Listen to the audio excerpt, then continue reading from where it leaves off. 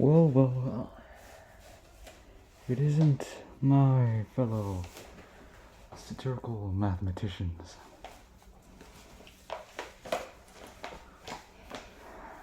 This video is going to be set during Christmas break, huh? Isn't it? Mr. Witterbach, you're still trying to uncover the person behind that mask, huh? I know, you know that I know that you know that I know who you are. You're trying to win mask me, but you forget that I can do the same to you. And that also applies to you, Dr. Alfred.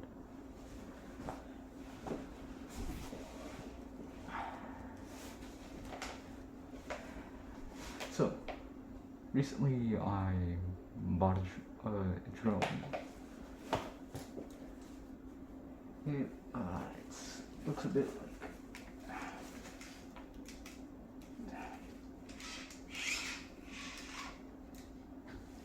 a bit like this.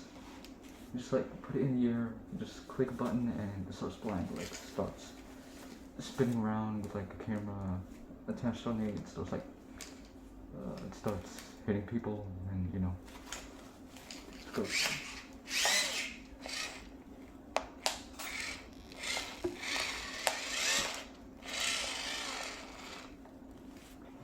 That started making me think how do these things work? How do drones like this work? Because I'm pretty sure a while back,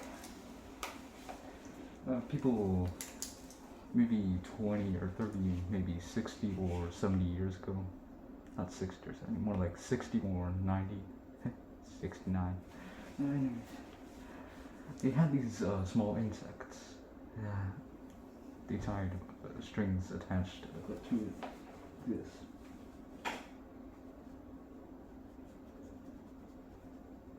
So you have an insect, such as this, and you just tied some kind of leash onto it.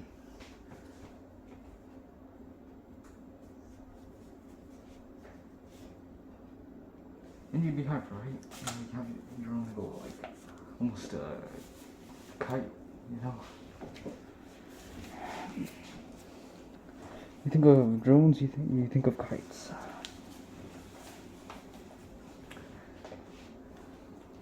How do these things work? You have to focus on these things. Because we humans aren't important enough. You have to look at the anatomy of how these drones work. And that's what I'm going to call them today. I'm not going to call them freaking spheres or balls.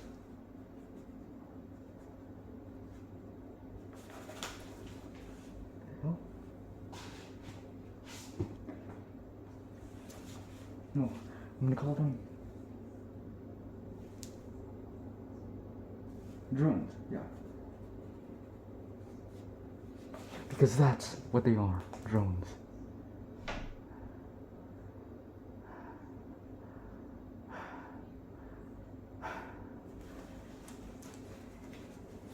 And if you think enough about drones,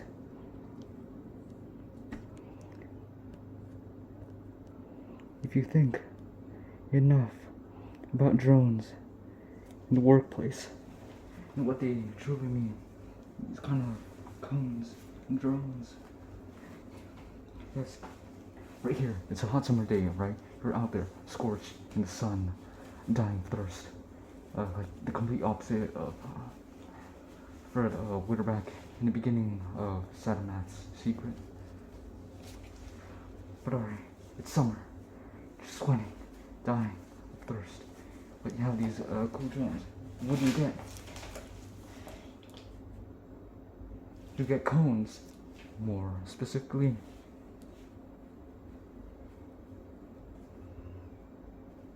Ice cream cones. And you know what rhymes with cones? Cylinders. So here, those are drones, these are cones, And this right here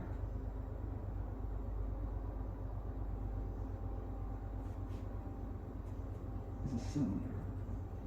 Because while your cylinder is in between your two drones, you might want to buy a cone to help cool it off. You might want to stick it through the cylinder. Or, biologically speaking, I'm not talking about like gender, I'm talking about like biology, but like some people have cylinders and other people have like inside out cylinders, so it doesn't really make that much of a difference. But anyway, I digress. No, you can have like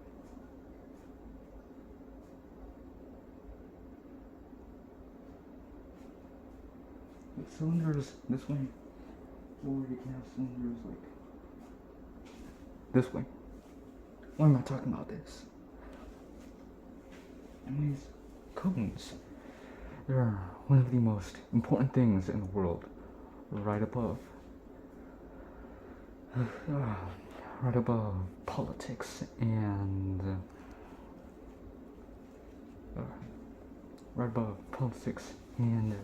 teaching people the mitochondria of the cell.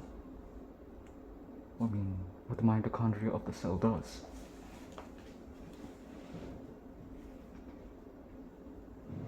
Here's my graph, by the way, just look at it. Here, drones, cylinders, cones, everything else.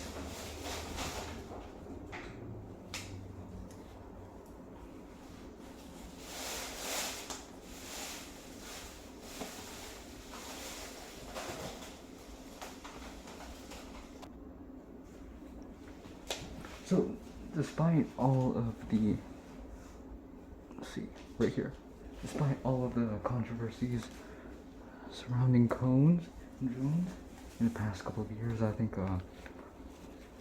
they're still a good candidate for being the best shape of all time, being the best shape to lead geometry, because we've stuck with it for so long that we shouldn't replace it.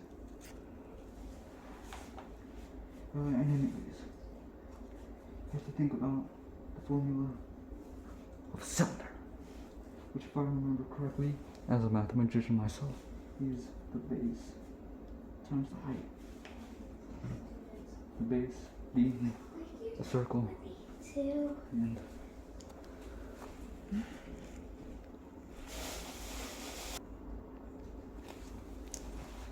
which is the base times the height. And no, I'm not talking about the base.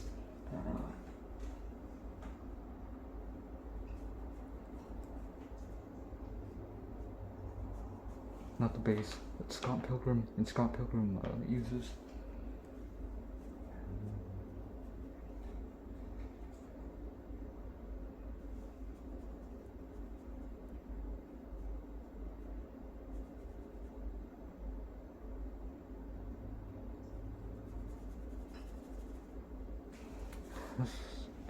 That's pretty good drawing of him, am I right?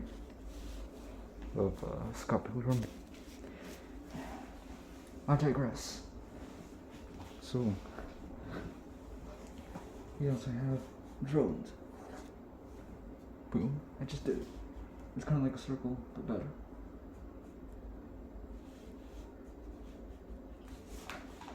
Which, if I remember correctly, is like 4/3 times the surface area of a circle.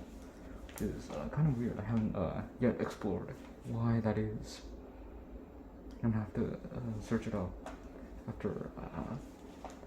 after browsing hundreds of podcasts about why cylinders are the best thing to ever exist and why their ideology is better than everybody else's, and we should kick all other shapes out. Anyways.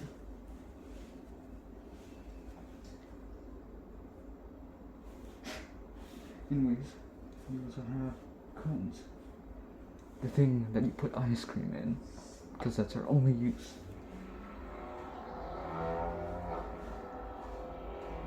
I should become an inspirational speaker. means it's 1/3 base height. Whereas the base is this thing and the height. So right there. See it? Yeah, see it enough? Now, being one of the best, one of the United States of fascism's best speakers with the leading party, this right here is what one might say is irrational and weird. Like you put pi there. But you see, the thing is that we should teach this to every single person in the nation, and they say in the world, because it's one of the most important things. We've gone for hundreds of thousands of years with it, so it's tradition.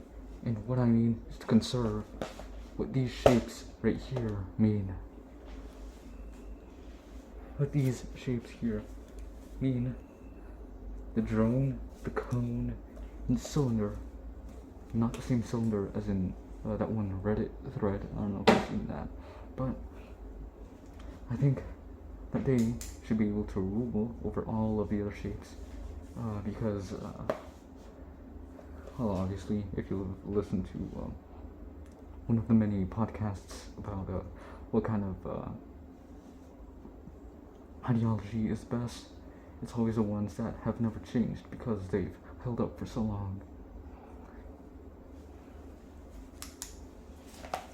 And therefore, that is why.